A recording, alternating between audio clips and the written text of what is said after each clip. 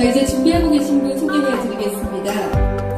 청소년 플랫폼 마당집의 하정호 대표이십니다. 하정호 대표께서는 광주교육연구소, 광주광역시 교육청, 민주인권교육센터 등에서 근무하신 바 있는데요. 현재는 배우고 논일며 함께 크는 청소년 플랫폼 마당집의 대표로서 활동하고 계십니다. 많은 이야기를 들려주실 수 있을 것 같은데요. 여러분 이제 얼마 남지 않았습니다. 끝까지 함께 해주세요. 자, 사례 발표 주제는 마을 공동체 재생을 통한 아동 청소년의 돌봄입니다. 무대 위로 모시겠습니다. 힘찬 박수 보내주시죠.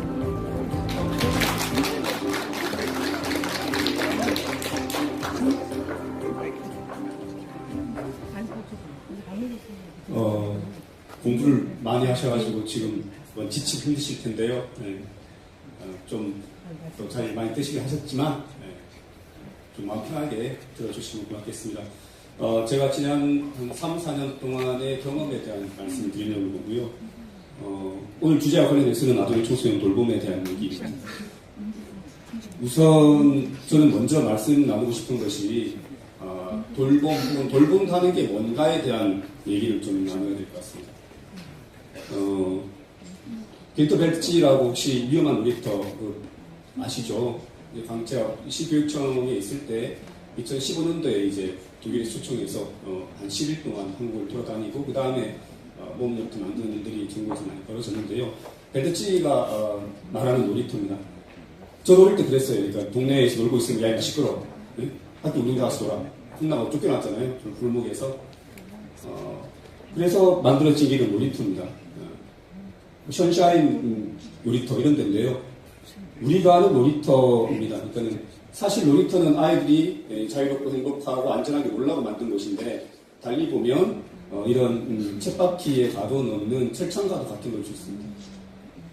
차가 있으면서 위험하니까 지나다니는 아저씨가 위험하니까 너희 여기 들어가서 놀아 라고 가둬놓는 곳이 좋습니다. 학교도 교육을 위한 현장이지만 그럴 수 있고요. 지역센터도 그럴 수 있고 학원도 그럴 수 있고 온종일 돌봄체계가 학원이다 이런 게 농담처럼 들리는 것도 애들 가둬놓는 곳이 수 있기 때문에 그런 거죠. 그럼 우리가 아이들을 돌본다는 게 뭐 하려고 하는 거냐, 아침부터 밤까지 가둬놓으려고 하는 거냐, 아니면 뭐냐에 대한 물음을 먼저 던져야 될 것 같습니다. 옛날에 적어도 근데 이제는 이렇게 우리도 그렇고 서양도 그렇게 살았습니다. 마을에 있는 뭐 창고나 무슨 대장간 이런 데서 아이들이 어울리고 놀고 어른들이 하는 걸 구경하고 따라하고 텃밭에 가서 이 흠입질 망치질도 하고 그렇게 살았죠. 놀면서 어른들의 삶 속에 다가서고 그걸 통해 성장할 수 있었습니다. 그런데 근대화되면 그게 위험하고 아까 말했던 아동 노동을 학대하니 이러면서 거기 아이들을 떨어뜨립니다. 이게 근대화된 당시의 거리 모습입니다. 한쪽에는 마차가 다니지만 한쪽에는 버스차가 다니고요. 차길에 아이들이 놀고 있어요. 인간이 통제할 수 없는 속도로 차가 다니기 때문에 아이들이 위험하니까 아이들을 계속 버리지 놀면 안 되죠. 놀이터로 보내야 되고 학교로 보내야 됩니다. 아이들이 방치할 수가 없는 겁니다. 그런데 2차 대전 당시에 우리가 요즘 말하는 모험 놀이터라는 걸 처음 만듭니다. 그 당시에는 이미 이제 놀이터라는 게 2010년도 이후에 만들어져가지고 안전하게 놀고 있는데 실제로 아이들이 노는 곳은 에버랜드 같은 게 좋은 놀이터가 아니라 폐차장 같은 데에서 아이들이 놀더라는 거예요. 전쟁통에 보니까. 아이들은 자기들끼리 부수고 깨고 새로 만들고 하는 것이 즐겁지 이미 어른들이 만들려고 짜놓은 곳에서 노는 건 별로 흥미를 못 느끼더라. 금방 실증되더라. 그래서 이런 곳을 아이들한테 만들어줘야 된다고 생각하는 게 세계대전 직후에 1940년대에 모험 놀이터 시작입니다. 지금의 놀이터 이런 거죠. 재미있고 뭐 자연스럽고 뭐 고요하고 이렇게 선전은 많이 하지만 실제로 고요나 안정이나 행복이나 재미 이런 건 우리 삶에는 없습니다. 장사 속으로 하는 얘기들이 그런 거 많죠. 그래서 빈터 같은 경우에 우리가 흔히 보는 아파트 안의 놀이터가 어떻게 하면 정말 아이들을 위한 놀이터일 수 있을지 고민하고 이런 놀이터를 생각합니다. 적어도 이런 담장은 없어지고요. 이렇게 이제 자연스러운 언덕으로 바뀌고 그리고 이렇게 어른들이 지나다니기 위해서 엄마들 발에 흙 안 묻히려고 해도 놀이터를 가로질러 버리죠. 이런 게 없어지고 엄마들은 요 뒤에 벤치에 조용히 앉아서 놀라고 따로 놀라고 아이들 노는 거 방해하지 말라고 이렇게 바꿉니다. 그리고 한가운데 미끄럼틀이 있는 게 아니라 미끄럼틀은 아이들이 언덕을 뛰어놀다가 자연스럽게 올라가서 스스로 내려올 수 있게 어디서든 미끄럼틀 올라갈 수 있게 이렇게 계단으로만 올라가는 게 아니고요. 그래서 다양한 놀이가 자연스럽게 가능한 경로가 다양하게 설정되게 그렇게 놀이터를 바꿔야 된다는 생각들입니다. 놀이터뿐만 아니라 저는 돌봄 또한 그래야 된다고 생각합니다. 이게 시리아 내전 당시의 아이들의 모습입니다. 슬프지만 그 슬픈 표정 안 짓잖아요. 우리 한국 전쟁 당시도 마찬가지였습니다. 널뛰기하고 놉니다. 아이들은 그런 치유의 힘이 있습니다. 이런 놀이터에서 그런 치유의 힘을 질 수 있다고 저는 생각하지 않습니다. 그런 놀이터가 없어도 아이들이 흙을 가지고 놀 수 있어요. 다만 아이들이 그런 치유가 가능하려면 어른들한테 기다리는 시간이 필요합니다. 자기 회복의 시간이 필요하고요. 성장할 수 있는 시간이 있어야 되는데 어른들이 너무 조급한 거예요. 어디 가라 저기 가라 저기 가라 그렇게 하고 자꾸 뭘 하라고 이러고 가둬놓기 시작하는 거죠. 모험 놀이터가 일본으로 들어온 것은 1980년대에 왕따, 이지메 이런 문제를 해결하기 위해서였습니다. 그래서 가와사키시에서 아동 권리 협약을 200번의 토론을 거쳐서 만들었는데요. 그 27조 같은 너무나 감명이 있습니다. 아이들은 있는 그대로의 자신인 것, 휴식하여 자신을 되찾는 것, 자유롭게 놀고 활동하는 것, 안심하고 인간관계를 만드는 것들이 가능한 거점이 중요한 것을 고려해서 신은 이 거점에 대한 사고방식을 보급하고 확산시키려 노력해야 된다. 이 거점의 하나가 모험 놀이터입니다. 우리 아이도 있는 그대로 자신으로 존중받고 엄마 아빠가 선생님이 바라는 아이가 아니라 내가 되고 싶은 사람이 될 수 있고 그럴 수 있도록 기다려줄 수 있고 그런 시간과 공간이 분명 필요합니다. 넘어가겠습니다. 그래서 이런 것들이 가능하기 위해서는 아이들이 가능한 한 금지 사항이 없이 나도 이거 해보고 싶어. 나도 저 나무 올라가고 싶어. 나도 망치질하고 싶어. 나도 꽃 심고 싶어. 이런 다양한 욕구가 가능하도록 허용해주는 그런 공간이 필요하다는 거고요. 그래서 이런 모험 놀이터를 만들었습니다. 제 주제가 모험 놀이터는 아니니까 넘어가겠습니다. 다음 아마 발자하실 분이 말씀도 해주실 것 같아요. 너무 할 얘기가 많죠. 넘어갑니다. 네. 이게 이제 좀 더럽고 그러지만 사실 독일에 있는 모험 놀이터입니다. 그러니까 이런 모험 놀이터가 일본으로 들어오고 지금도 우리나라에 들어오려고 하는 거예요. 이렇게 아이들이 망치질 못질해서 자기가 직접 놀이터를 만드는 겁니다. 이건 네덜란드의 사례고요. 파레트라 그러죠. 짐 이렇게 실 때 버릴 때 그게 공짜로 버려지는 겁니다. 이것을 가지고 니들 마음대로 놀이터를 만들어봐라. 3, 4일 동안 시간을 주는 거예요. 뭐 정제된 모습은 이렇게 될 수도 있겠죠. 잘 만들어진 것 이런 것도 있습니다. 꼭 모험 놀이터는 한 가지 유형은 아니고요. 자, 모험 놀이터를 말씀드리는 이유는 뭐냐면 제가 아이들이 일본의 그런 인권 조례가 반영되는 것처럼 마을에서 마음껏 놀고 쉴 수 있는 공간이 필요하다는 생각 때문에 광주 광산구 신라동에 있는 재개발 단지 안에 있는 한 집을 사가지고 그 집을 아이들 공간으로 내줬어요. 뭐 큰 집도 아니고 이런 그냥 가난한 집입니다. 요 위에 공원이 있어서 공원에서 놀다가 내려오면 이 집에서 놀다 가라 이렇게 그냥 만든 거예요. 근데 이 공원 올라가는 계단이고요. 이게 너무 높아서 초등학생들이 안이 안 보이니까 이걸 깎아내버렸습니다. 이걸 이제 대학생들이나 지역에 있는 중고등학생들하고 같이 이 벽 털어내는 것부터 시작했고요. 마을 아이들하고 공간을 잡게 만들고 다 만들고 가서 자취도 벌이고 뭐 애들을 학교 갔다 오면 지하철센터 도망와가지고 광주시는 뛰기라 그러는데 뭐 이렇게 알죠 뭔지. 네. 요거 하려고 막 줄 서고 그래요. 네. 이용하지만 냅둡니다. 지들끼리 하라고. 네. 싸움도 합니다. 지들끼리 한다고. 돈 없으니까 그냥 이렇게 그냥 마을 골목에서 노는 겁니다. 이걸 할 때 저희들이 같이 한 청소년 활동가들하고 약속한 건 뭐냐면 공모사업을 안 한다는 거였습니다. 공모사업을 하면 이런저런 프로그램을 해야 되고 그게 애들이 길들여지기 때문에 필요 없다. 공모사업은 지역원센터든 뭐 문화단체든 워낙 많기 때문에 우리는 그 아이들이 쉴 수 있는 공간이 더 필요하다고 생각한다. 라고 한 거고요. 그리고 이 일은 우리가 시작하지만 2, 3년 안에 마을 주민에게 넘겨주고 우리는 딴 데 가서 딴 거 해야 된다고 약속하고 시작했습니다. 그렇게 아까 그 계단에서 마을 주민들하고 영화도 보고요. 그 봉어리에 있는 경로당이 있는데 놀이터가 있는데 동네 할아버지들이 시끄럽다고 쫓아내요. 놀이터 놀지 말라고. 경로당 시끄럽다고. 그래서 아이들하고 같이 쿠폰 만들어가지고 수박 화채 들고 노래 불러주기, 뭐 어깨줄 불러주기 이런 걸 하면서 친해진 겁니다. 이건 뭐냐면요. 그런 모험 놀이터 비슷한 것을 광주 곳곳에 만들어 보는 겁니다. 그 마을 아이들과 한 게 아니고 광성구 청소년 수련관에 이렇게 비어있는 땅이 있었어요. 썬클이라 하는 그런 공간인데 비엔날레 사업으로 200만 원 이렇게 한 개당 준 게 있어가지고 그 돈으로 지역 아이들과 함께 직접 아이들이 놀이터를 만들어 보는 일을 한 겁니다. 그물도 같이 만들고요. 이렇게 결국은 저런 것도 다 공짜로 얻어왔습니다. 얻어와서 설치하고 안고 놀기도 했고요. 예. 이거는 이제 다른 북부에 있는 놀이터 땅이 있어서 거기서 아이들과 이거를 같이 만들었는데 결국 다 도망가고 저 혼자 고생만 해야 되고요. 그 비슷한 게 너무 커가지고 이거 작게 만들어봤습니다. 이건 광산구의 원당산이라는 공원에서 작게 만들어서 이번에는 이걸 뒤집었어요. 그래서 이걸 실을 엮어가지고 애들 쉼터를 만들었는데 실은 저 혼자 묶어야 되잖아요. 그래서 손 부르트도록 한 3, 4일 동안 계속 한 대를 묶었습니다. 그래서 원당산에 어린이 청소년 꿈의 공원이 들어오니까 놀러 오세요. 이렇게 그 의자에 써놓았고요. 이 꿈의 공원이 뭐냐면 이번 가와사키 시에 있는 모험 놀이터를 여기 넣겠다고 약속을 하고 시작한 일입니다. 근데 아직은 못하고 있어요. 같이 결과물이고요. 이렇게 지역 청소년들과 함께 마을을 바꾸는 일들을 했는데 왜 이걸 하냐 하면 그랬습니다. 그러니까 아동센터에서 도망 나온 아이들 학교나 학원 수업 빼먹고 도망 나온 아이들이 쉴 수 있는 곳을 만들어주는 건 좋다. 그런데 그렇게 놀고 지내면 아이들이 성장하느냐? 니들은 맨날 그 애들 놀기만 하고 뭘 안 가르쳐? 이런 얘기를 제가 들을까봐 제가 지레 굽을 먹은 겁니다. 근데 덕분 마을 주민들이 한 번도 그걸 욕한 사람 없었어요. 필요한 일이다. 돈 받고 하냐? 돈 안 받습니다. 그러니까 그럼 우리도 보내야지. 했고 절대 욕 안 먹었어요. 고맙다고 들었고 지하국센터장한테 겁났거든요. 우리 지하국센터 애들 뺏어갈까봐 겁나는데 돌봐줘서 고맙다 이런 얘기예요. 그래서 그 마을 분들하고 그 다음에는 신가 마을 교육 공동체 함께 만들었습니다. 그럴 수밖에 없었던 것이 함께 했던 청소년 활동가들이 다 취업비가 다 떨어져 나가고 저 혼자 남았어요.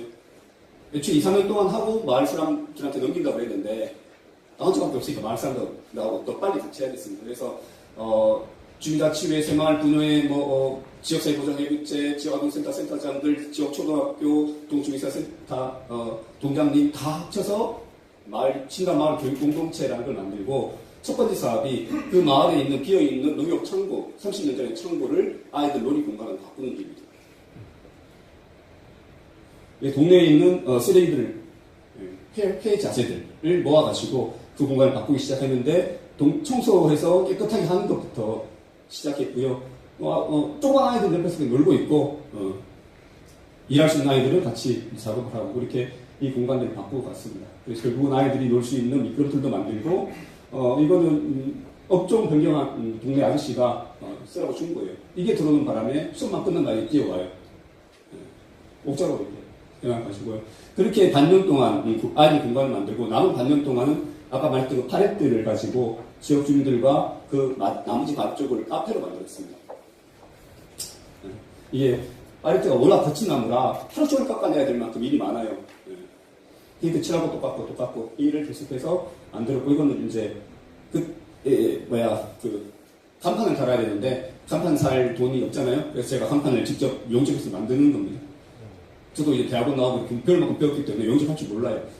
근데 용접기 사서 빌려서 그냥 해보는 겁니다. 밤새도록 안 되더라고요. 다음날 새벽에 통장님이 지나가다가 자기 용접지 갖고 와서 다 해줬어요. 해주고 그 옆에 지나가는 이 동네 주민들이 또 용접하자마자 핀트 칠하고 그래서 그날 오후에 이렇게 간판 달고 개소식하고 구청장님도 모시고 이렇게 했습니다. 그렇게 해서 예술청구라는 공간을 만들어서 지금은 이 아이들이 잘 놀고 있고요. 작년 사진입니다. 작년 가을에 아침마다 동네 통장님이 고구마 줄기 2단을 주고 가요. 그걸 몰래 다 까고 나면 4,000원 받는데 우리는 그거를 5,000원씩 해서 2단 까면 하루에 10,000원 받아요. 매일마다 10,000원씩 동네 주민들이 깝니다. 까면서 인터넷 내기도 하고요. 이걸로는 돈이 안 되기 때문에 동사무소 가면 주차 단속을 하면 주차 단속 하는 거가 한 달에 한 30만 원 이렇게 돈이 되는 게 있습니다. 그리고 플래카드를 걷어주면 플래카드 한 장에 1,000원인가 이렇게 하는 게 있어요. 그걸 동네 주민들하고 토요일마다 돌아다닙니다. 그렇게 해서 가능한 사람은 가져가고 좀 여유 있는 사람 다시 돈을 내놓습니다. 예수참 운영비로요. 물론 올해 공모사업 저희도 합니다. 하는데 그 공모사업들은 아이들 심리치료하는데 돈을 많이 씁니다.